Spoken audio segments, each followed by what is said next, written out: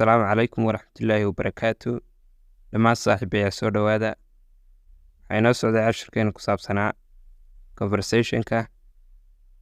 Marka cashirkeena afraad ayaan qaadan doonaa insha Allah. Cashirkeena afraad intaynaan gudbin insha Allah waxaan kaa codsanayaa inaad nagu soo biirtid oo aad ka mid noqotid asxaabta ku xidhan page-ka. Aan u gudubno cashirkeena saddexaad ee wuxuu leeyahay Can you help me?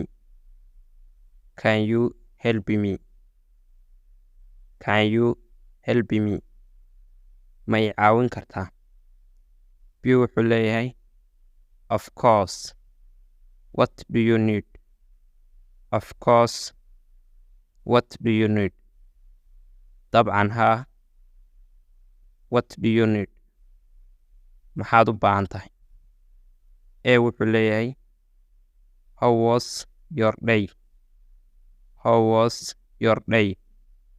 Maalintaadu waa sidee? B wuxuu leeyahay It was good. It was good. Way wanaagsan tahay. A wuxuu leeyahay Do you have any siblings?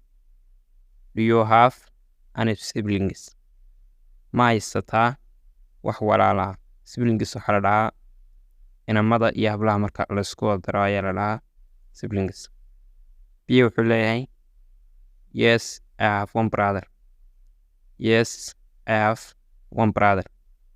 Haa, waxaan haystaa hal inan oo walaalkay. One brother.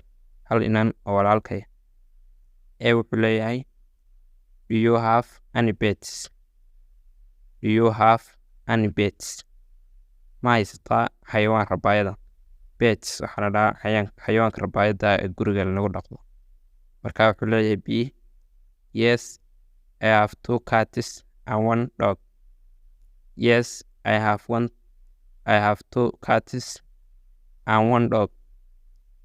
Waxaan haystaa two cats, laba bisadood, and one dog, iyo hal eey. Eeyga ayaa loo yaqaanaa dog. Cats kuna waa bisada.